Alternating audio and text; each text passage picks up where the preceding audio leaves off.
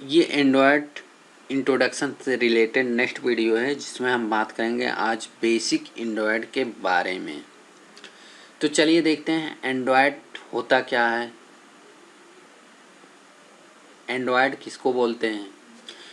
Android क्या है कि एक open source Linux based operating system है। किसके लिए? मोबाइल के लिए, सच है स्मार्टफोन और टैबलेट के लिए। लेकिन आजकल क्या आ रहे हैं, हर एक इलेक्ट्रॉनिक्स डिवाइस के लिए, लगभग हर एक इलेक्ट्रॉनिक्स डिवाइस, जैसे फ्रिज हुआ, एसी हुआ, स्मार्ट वॉच हुआ, कार के लिए एसेसरीज आ रही है। सब कुछ क्या है जो ऑटोमेशन वाला काम हम करवा रहे हैं, सब एंड्रॉयड के द्वारा करवा रहे हैं। फिर क्या है कि एंड्रॉयड जो है कौन डेवलप किया था? OHA ने। OHA क्या होता है? ओपन हैंडसेट अलायंस है। जो इसको कौन लीड कर रहा है? ये क्या है? एक कम्युनिटी है। कम्युनिटी कितने मेंबर का है? ये 86। इसमें जो कंपनीज हैं उनका एक कम्युनिटीज है। इसको लीड कौन कर रहा है? गूगल लीड कर रहा है। फिर क्या है? Android offers a unified approach to application development for mobile device which mean developer need only develop for Android and their application should be able to run on different device powered by Android. तो Android क्या offer करता है कि एक unified application offer कर रहा है जो किसी भी मोबाइल डिवाइस, या हम कहें कि जो किसी भी स्मार्ट डिवाइस के लिए एप्लीकेशन बनाने का काम कर रहा है। ये किस तरह का एप्लीकेशन अगर जो बनेगा, अगर वो पावर्ड बाय एंड्रॉयड होगा, एंड्रॉयड के द्वारा पावर्ड होगा, उसी में रन करेगा। अब चलिए देखते हैं कि एंड्रॉयड के फीचर क्या है। सबसे पहला मेन जो बड़ा फीचर है एंड्रॉयड का कि ये ओपन सोर्स है। ओपन सोर्स क्यों है? क्योंकि जो एंड्रॉयड कर्नल यूज कर रहा है, कौन सा कर्नल यूज कर रहा है? Linux colonel. लाइनक्स क्या है? ओपन सोर्स है। तो इसीलिए क्या मतलब ये पूरा ओपन सोर्स है। सबसे जो कीमती होता है किसी ओएस का, सबसे जो मेन बॉस होता है वो क्या होता है? कर्नल होता है। तो अगर हम कर्नल फ्री का यूज कर रहे हैं तो हमें जाहिर सी बात है कि और कोई भी कास्ट देने की ज़रूरत नहीं है, तो हम इसको फ्री कर सकते हैं। मतलब तो एंड्रॉयड को क्या रखा गया है कि ओपन सोर्स रखा गया है। अगर ओपन सोर्स है तो कोई भी एंड्रॉयड पावर्ड है, जो एंड्रॉयड में 86 फ्रेम्स हैं, वो कोई भी कस्टमाइज कर सकता है, वो अपने हिसाब से मॉडिफाइड कर सकता है। There are a lot of mobile application that can be chosen by the consumer. जो मोबाइल एप्लीकेशन है वो क्या मतलब बहुत से मोबाइल एप्लीकेशन कंज्यूमर के द्वारा चूज हो रहे हैं। जो एंड्रॉयड फीचर प्रोवाइड करता है, like opening screen, live RSS feed, SMS, MMS, web browser, SQLite, connectivity के लिए, मीडिया हैंडसेट के लेआउट के लिए, ये सब क्या है? एंड्रॉयड के फीचर हैं।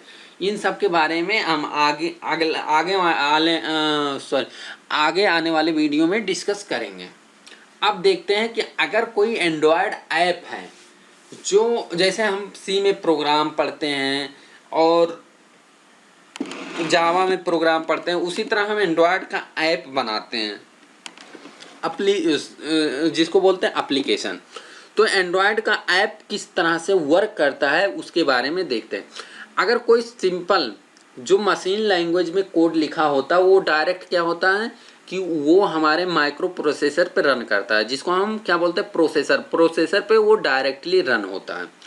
अगर कोई नेटिव कोड लिखे, नेटिव कोड का मतलब जैसे सी का कोड लिखे, तो सी का कोड क्या होता है कि हम सी के कोड लिखने के बाद कंपाइलर और लिंकर की ज़रूरत पड़ती है। कंपाइलर और लिंकर के द्वारा हम क्या बनाते हैं? सबसे पहले उसको मशीन लैंग्वेज में कन्वर्ट करते हैं, फिर वो क्या होता है? वो रन होता है। तो जो हमारा नेटिव कोड का आइडिया है, जो हमारा नेटिव कोड है वो क्या होता, फास्ट होगा। लेकिन इसमें एक दिक्कत है नेटिव कोड में, ये क्या होता है, नेटिव कोड क्या होता है कि इनकम्पेबिलिटी होती है अक्रॉस डिफरेंट प्लेटफॉर्म। मतलब अगर हम किसी एक प्लेटफॉर्म के ऊपर बना रहे हैं, जैसे हम उबंटू में बना रहे हैं सी का प्रोग्राम, तो वो विंडो के प्रोग्राम, विंडो ओएस के प्रोग्राम, विंडो ओएस के जो सॉफ्टवेयर है उस पर नहीं रन होगा। तो ये सबसे बड़ा डिसएडवांटेज है नेटिव कोड का।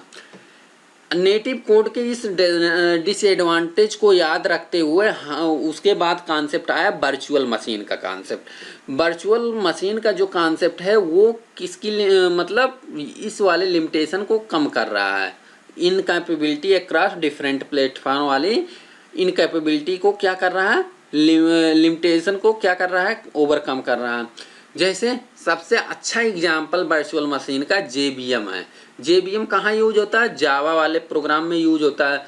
JVM का फुल फॉर्म क्या है, जावा वर्चुअल मशीन है। जावा वर्चुअल मशीन के द्वारा ही जावा का प्रोग्राम एग्जीक्यूट होता है। अगर JVM का यूज करके एग्जीक्यूट हो रहा है तो जाहिर सी बात है जावा जो वर्चुअल मशीन है वो अलग प्लेटफॉर्म के लिए भी एग्जीक्यूट करेगा। अब कोड से ज़्यादा कोड से मतलब नहीं है, जो हमारी क्लास फाइल बनती है जावा में वो अब रन होगा।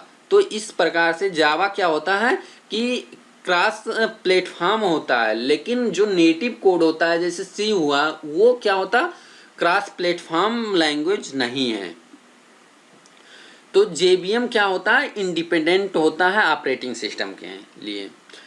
तो अगर मान लो हम इस फिगर से समझें कि हमारा जो कोड है, हमारा जो एप्लीकेशन है एंड्रॉयड का वो किस तरीके से रन हो रहा है, तो सबसे पहले जो सोर्स कोड है वो कंपाइल हो रहा है, फिर कंपाइलर के बाद इंटरमीडिएट आउटपुट आ रहा है, इंटरमीडिएट आउटपुट के बाद वर्चुअल मशीन के पास जा रहा है, वर्चुअल मशीन क्या कर रहा है, उसे नेटिव कोड में कन्वर्ट कर रहा है। तो कुछ इस तरह से हमारा जो क्या है एप्लीकेशन है वो रन होगा। अब इसको हम तो पिछले वीडियो में देख चुके हैं। अब यहाँ बात कर लेते हैं कि ये Android run time, Android run time क्या है कि ये एक तरह का ये यहाँ वर्चुअल मशीन यूज हो रहा। अभी तो ART का यूज कर रहे हैं, लेकिन जब शुरुआत में एंड्रॉयड आया था तो हम कौन सा वर्चुअल मशीन यूज करते थे, DBM यूज करते थे। जैसे जावा के लिए JVM था, उसी तरह क्या था एंड्रॉयड के लिए डेल्विक वर्चुअल मशीन। तो डेल्विक वर्चुअल मशीन इस समय नहीं यूज हो रहा। इस समय क्या यूज हो रहा है वर्चुअल मशीन के तौर पे, एंड्रॉयड रन टाइम लाइब्रेरी का यूज कर रहे हैं। तो DBM क्या है, सबसे पहले बात कर लेते हैं DBM होता क्या है। DBM एक तरह का वर्चुअल मशीन है जो एंड्रॉयड वर्चुअल मशीन को मतलब जो मोबाइल डिवाइसेस के लिए ऑप्टिमाइज करके काम होता है। तो ये क्या है, virtual machine it optimize the virtual machine for memory, battery life and performance. तो ये जैसे JVM क्या था, जावा को कोड को एग्जीक्यूट कराने के लिए यूज होता था, वैसे डेल्विक वर्चुअल मशीन क्या एंड्रॉयड के एप्लीकेशन को रन कराने के लिए एलिजिबल था। ये कौन बनाया था Dalvik virtual machine, Dalvik virtual machine written by the Dan Bornstein. इसके बाद देखते हैं डेल्विक वर्चुअल मशीन तो समझ में आ गया। अब पूरा हम एक बार एनालिसिस करते हैं कि कैसे हमारा प्रोग्राम एक्चुअल में .apk फाइल जनरेट कर रहा है। देखिए सबसे पहले हम क्या कर रहे हैं, जो हम एप्लीकेशन बनाते हैं वो एप्लीकेशन किसी भी लैंग्वेज में बना सकते हैं। मतलब एंड्रॉयड का एप्लीकेशन जावा में भी बना सकते हैं, कोटलिन में भी बना सकते हैं, सी में भी बना सकते हैं, C# में भी बना सकते हैं, हम किसी भी लैंग्वेज में बना सकते हैं। लेकिन अब शुरुआत से ही हम जावा का यूज करते आए थे। मतलब जब कोई ऐप पहले बनाया था तो वहाँ जावा, जो हमारा गूगल है, गूगल जो हम अभी एक साइड बताए थे developer dot Google Android dot com करके, तो उस पर क्या पहले जो यूज होता था जावा की ही कोडें यूज होती थी, लेकिन इस समय कोटलिन का भी यूज आ गया है। लेकिन जब जावा का यूज हो रहा था तो उस हिसाब से जावा के लिए रन टाइम लाइब्रेरी यूज किया गया था, जावा के अकॉर्डिंग डीबीएम यूज किया गया था। लेकिन इस समय क्या हम एआरटी का भी यूज करते हैं। तो अब हम देखते हैं कि जावा फाइल जब यूज करते थे तो कैसे हम डॉट एपीके फाइल बनाते थे। तो जावा फाइल जो था वो क्या था, सबसे पहले कंपाइल होके जेडीके का यूज करते हैं। देखिए हम नेक्स्ट वीडियो में देखेंगे कि जो एंड्रॉयड एप्लीकेशन बनाने के लिए कौन कौन सी सॉफ्टवेयर की ज़रूरत है उसके बारे में देखेंगे। तो हमारे पास आएगा जेडीके। जेडीके का काम क्या है कि जावा को कंपाइल करने के लिए यूज करेंगे। फिर एंड्रॉयड स्टूडियो का यूज करेंगे। एंड्रॉयड स्टूडियो किसके लिए यूज करेंगे, बिल्ड के लिए, एप्लीकेशन को बिल्ड करने के लिए यूज करेंगे। तो इन सब सॉफ्टवेयरों का यूज करके हम बताएंगे नेक्स्ट वीडियो में कौन कौन सा सॉफ्टवेयर लगेगा। अभी सिर्फ इस वीडियो में देख रहे हैं कि जो हमारा डॉट एपीके फाइल बन रहे हैं वो किस किस प्रोसेस से होके बन रहे हैं। तो जो जावा की फाइल कंपाइल होके जावा फाइल में बना, मतलब जावा कंपाइलर फाइल में बन चुका है। जावा कंपाइलर के बनने के बाद डॉट क्लास फाइल भी बना है। डॉट क्लास फाइल को डेक्स कंपाइलर के द्वारा डॉट डेक्स फाइल बनाते हैं। डॉट डेक्स फाइल को एएपीटी एंड्रॉयड असिस्ट पैकेजिंग टूल के द्वारा हम क्या बनाते हैं, उसके डॉट एपीके फाइल जनरेट करते हैं। तो सबसे पहले क्या है, जेडीके द्वारा हम क्या करते हैं, जावा फाइल में बनाते हैं, मतलब जावा कंपाइलर फाइल में। जावा कंपाइलर फाइल के बाद डेक्स कंपाइलर का यूज करके, डेक्स टूल का यूज करके डॉट डेक्स फाइल बनाते हैं। जावा कंपाइलर जब यूज करेंगे तो जावा मतलब डॉट क्लास फाइल बनेगी। डॉट क्लास फाइल में क्या करेंगे, हम डेक्स फाइल का यूज करेंगे, डेक्स कंपाइलर का यूज करेंगे तो डॉट डेक्स फाइल बनेगी। डॉट डेक्स फाइल को एएपीटी के द्वारा पैकेजिंग के द्वारा हम क्या करेंगे, डॉट एपीके फाइल में कन्वर्ट करते हैं। अब चलिए देखते हैं कि ये पूरा समझ में तो आ गया होगा कि किस हिसाब से हमारा डॉट एपीके फाइल बन रही है। अब बात करते हैं कि अगर हमारे किसी ऐप को बनाना है, एंड्रॉयड ऐप को डिजाइन करना है, तो एंड्रॉयड ऐप को डिजाइन करते समय हम इसमें जावा का यूज करेंगे। लेकिन जावा को यूज करने, जावा तो हम पढ़ चुके हैं तो जावा के बारे में ज़्यादा नहीं बात करेंगे। हम जावा से अलग जो एंड्रॉयड के लिए एडिशनल फीचर है उसके बारे में यहाँ बात करेंगे। तो जैसे हम किसी भी लैंग्वेज को पढ़ते हैं तो उसके लिए सबसे पहले क्या पढ़ते हैं, बेसिक पढ़ते हैं। जैसे हम सी पढ़े थे तो सी में सबसे पहले क्या पढ़े थे, हम पढ़े थे वेरिएबल क्या होता है, कांस्टेंट क्या होता है, लिटरल्स क्या होता है, ऑपरेटर क्या होता है, इन सब के बारे में पढ़े थे।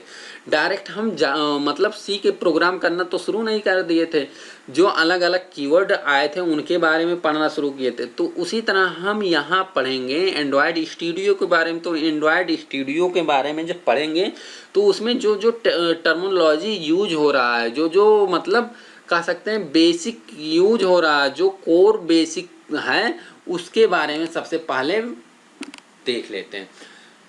तो अब बात करते हैं कि बेसिक बिल्डिंग ब्लॉक क्या है एंड्रॉयड के लिए। एंड्रॉयड एप्लीकेशन बनाने के लिए सबसे बेसिक ब्लॉक क्या होता है, एक्टिविटीज होता है, सर्विस होता है, ब्रॉडकास्ट रिसीवर होता है, कंटेंट प्रोवाइडर है। ये मेन बेसिक चार जो है ये एंड्रॉयड के लिए बिल्डिंग ब्लॉक का काम करता है। जैसे सी में डाटा टाइप होता है, ऑपरेटर होता है, तो ये सब क्या है, बिल्डिंग ब्लॉक है, कीवर्ड है, बिल्डिंग ब्लॉक है। तो उसी प्रकार अगर हम एंड्रॉयड की बात करें तो एंड्रॉयड में मेन ये चार बिल्डिंग ब्लॉक है। और भी चीज़ें होती है, जैसे यूआई इंटरफेस होता है, इंटेंट होता है, ये सब भी होता है। लेकिन ये जो चारों हैं ये क्या है, बेसिक है, बेसिक बिल्डिंग ब्लॉक है। जो ये बेसिक बिल्डिंग ब्लॉक है वो क्या, एक हमारी मैनिफेस्ट फाइल होती है, Android manifest dot XML file होता है, डॉट एक्सएमएल। डॉट एक्सएमएल किसके लिए एक्सटेंशन होता है? एक्सएमएल के लिए। एक्सएमएल क्या होता है ये आप लोग पढ़ चुके होंगे। तो एक्सएमएल क्या होता है? एक्सटेंसिबल मार्कअप लैंग्वेज होता है। ये क्या होता है? एचटीएमएल से कैसे डिफरेंट होता है? ये जो यूजर डिफाइंड टैग इसमें यूज करते हैं, लेकिन एचटीएमएल में प्री डिफाइंड जो टैग होता है वो यूज करते हैं। समझ में आ गया होगा। तो अगर हम बात करें कि जो बेसिक बिल्डिंग ब्लॉक है वो मेनली 4 है: एक्टिविटी, सर्विस, ब्रॉडकास्ट रिसीवर और कंटेंट प्रोवाइडर्स।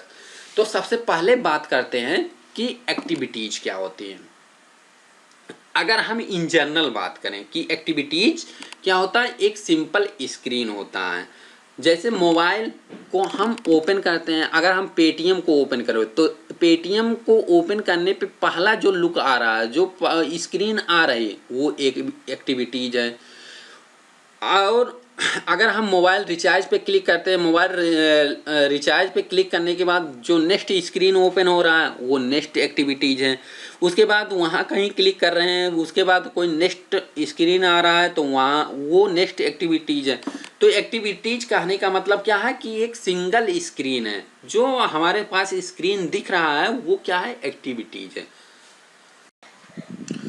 देखिए एक्टिविटीज क्या होता है कि ये एंट्री पॉइंट होता है यूजर से इंटरेक्ट करने के लिए। ये क्या सिंपल एक स्क्रीन को रिप्रेजेंट करता है। फॉर एग्जांपल जैसे ईमेल का ऐप है, ईमेल का ऐप का जो फर्स्ट स्क्रीन खुलता है वो क्या है? एक एक्टिविटीज है।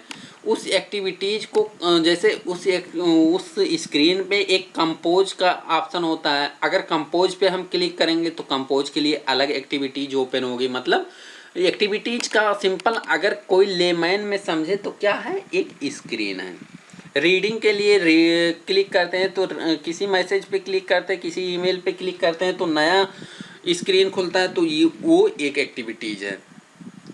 अगर हम डेवलपर के तौर पे देखें, अगर हम डेवलपर की बात करें कि अगर हम एंड्रॉयड डेवलपर हैं, एंड्रॉयड पढ़ रहे हैं, तो हम एक्टिविटीज को स्क्रीन ही नहीं समझते हैं। एक्टिविटीज क्या है? एक्टिविटीज एक जावा क्लास फाइल है। मतलब एक्टिविटीज एक क्लास फाइल है जावा की। वो हम जब कोडिंग करेंगे तब दिखाएंगे कि क्या है एक्टिविटीज।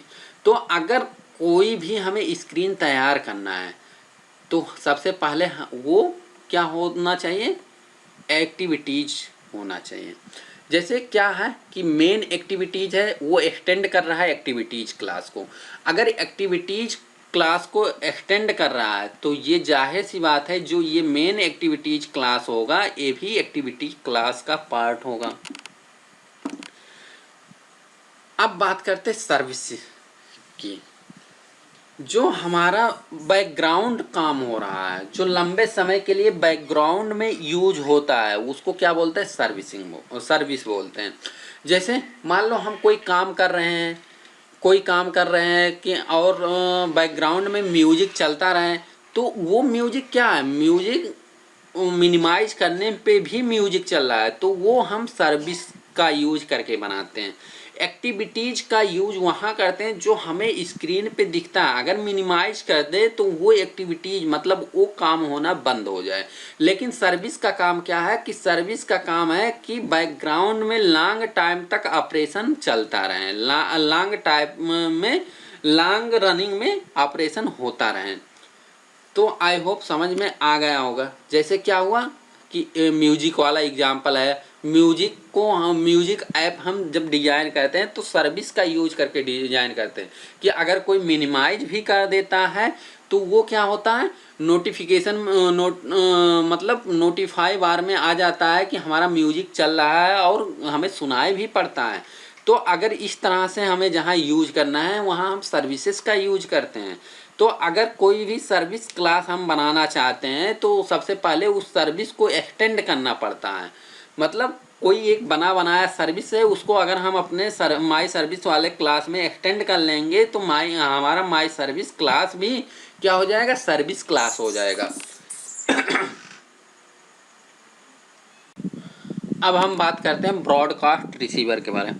ब्रॉडकास्ट रिसीवर क्या होता है कि ये एक तरह का जावा क्लास फाइल है। तो ब्रॉडकास्ट रिसीवर का काम क्या है कि जैसे हम किसी को मैसेज भेजते हैं, दूसरे एप्लीकेशन को मैसेज भेजते हैं, जैसे मान लीजिए हम अटैच करवा रहे हैं कि हम दूसरे एप्लीकेशन को अपने एप्लीकेशन के साथ दूसरे एप्लीकेशन को ओपन करना चाहते हैं, तो उसके मतलब बैकग्राउंड से होते हुए उसको एक मैसेज प्राप्त होगा कि हम आपके एप्लीकेशन का यूज करना चाहते हैं, तो वहाँ ब्रॉडकास्ट रिसीवर का यूज करते हैं। ब्रॉडकास्ट रिसीवर का मतलब दूसरे एप्लीकेशन से कम्युनिकेट कराने के लिए क्या करते हैं, ब्रॉडकास्ट रिसीवर का यूज करते हैं। जैसे हमारा जो सिस्टम है वो क्या है, एक ब्रॉडकास्ट रिसीवर इवेंट करता है हमेशा।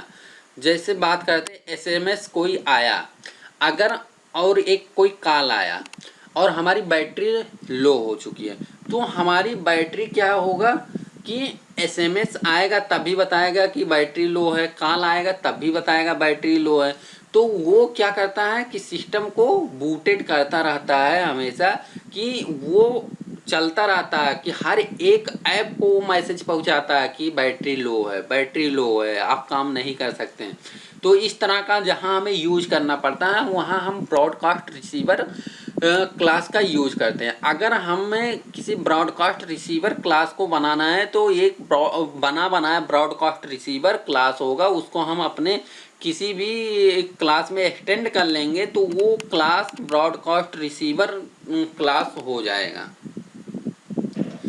अब बात करते हैं कंटेंट प्रोवाइडर। कंटेंट प्रोवाइडर क्या है, जैसे कि नाम से ही पता चला, कंटेंट प्रोवाइडर मतलब एक ऐप से दूसरे ऐप को डाटा पहुंचाने का जहां काम होता है वहां हम कंटेंट प्रोवाइडर का यूज करते हैं। जो हमारे एंड्रॉयड में डाटाबेस यूज होगा वो क्या यूज होता है, एसक्यूएललाइट डाटाबेस यूज होता है। एसक्यूएललाइट डाटाबेस यूज होता है। तो अगर हमें किसी एक ऐप से दूसरे ऐप के लिए इंफॉर्मेशन शेयर करना है तो वहाँ हम क्या करते हैं, कंटेंट प्रोवाइडर का यूज करते हैं। जैसे हमारे पास एक फेमस ऐप है ट्रू कलर। ट्रू कलर का काम क्या है कि ये नाम दिखा देता है कि मतलब नंबर अगर हम डालेंगे तो उसमें नाम दिखा देता है। ये नाम कहाँ से आ रहे हैं, वो ये नाम हम मतलब अलग अलग सिस्टमों से आ रहे हैं, अलग अलग डिवाइसेस से आ रहे हैं। सब जितने भी डिवाइस में ट्रू कॉलर पड़ा है उसकी इंफॉर्मेशन को एक्सेस करके वो दिखाता है कि अगर उनके डिवाइस में ये नाम है तो वहाँ से एक्सेस कर लेगा, अगर आपके डिवाइस में कोई नंबर है तो वहाँ से उसका नाम एक्सेस कर लेगा। तो ये जो हमारा ट्रू कॉलर है ये क्या करता है कि सब डाटा को इकट्ठा करता है, एक डाटाबेस बनाए हैं कि जितने भी लोग हमारा ऐप डाउनलोड किए हैं उन सब का डाटा, उन सब की मोबाइल का इंफॉर्मेशन अपने एक एसक्यूएललाइट डाटाबेस में इकट्ठा करके वहाँ से नंबर मतलब कोई नंबर डालेंगे तो वो पर्टिकुलर नाम दिखा देता है। तो जो हमारा ट्रू कॉलर ऐप है वो कंटेंट प्रोवाइडर का यूज करके पूरा बनाया गया है। तो अगर हमें किसी भी क्लास को कंटेंट प्रोवाइडर क्लास बनाना है तो हम कंटेंट प्रोवाइडर जो ऑलरेडी बनाया होगा सी में, जो एंड्रॉयड को डेवलप किया है वो ऑलरेडी ये सब बना चुका है, हमें सिर्फ उसको हमें अपने क्लास में इंक्लूड करना है, क्लास में एक्सटेंड कर लेना है, तो वो ऑटोमेटिक कंटेंट प्रोवाइडर टाइप का क्लास बन जाएगा। तो आई होप पूरा समझ में आ गया होगा पूरा एंड्रॉयड का बेसिक बिल्डिंग ब्लॉक।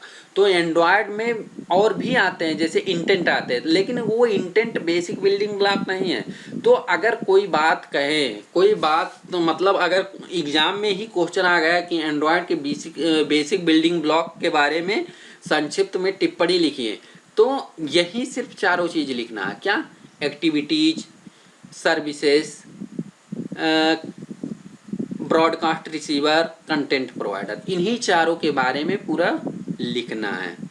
तो आई होप समझ में आ चुका है।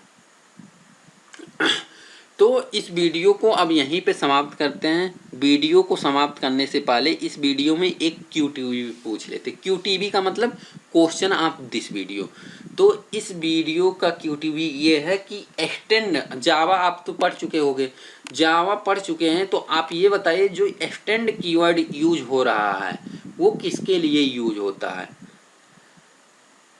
इस QTV का आंसर आप लोग कमेंट बॉक्स में आंसर कीजिए और वीडियो देखने के लिए थैंक यू।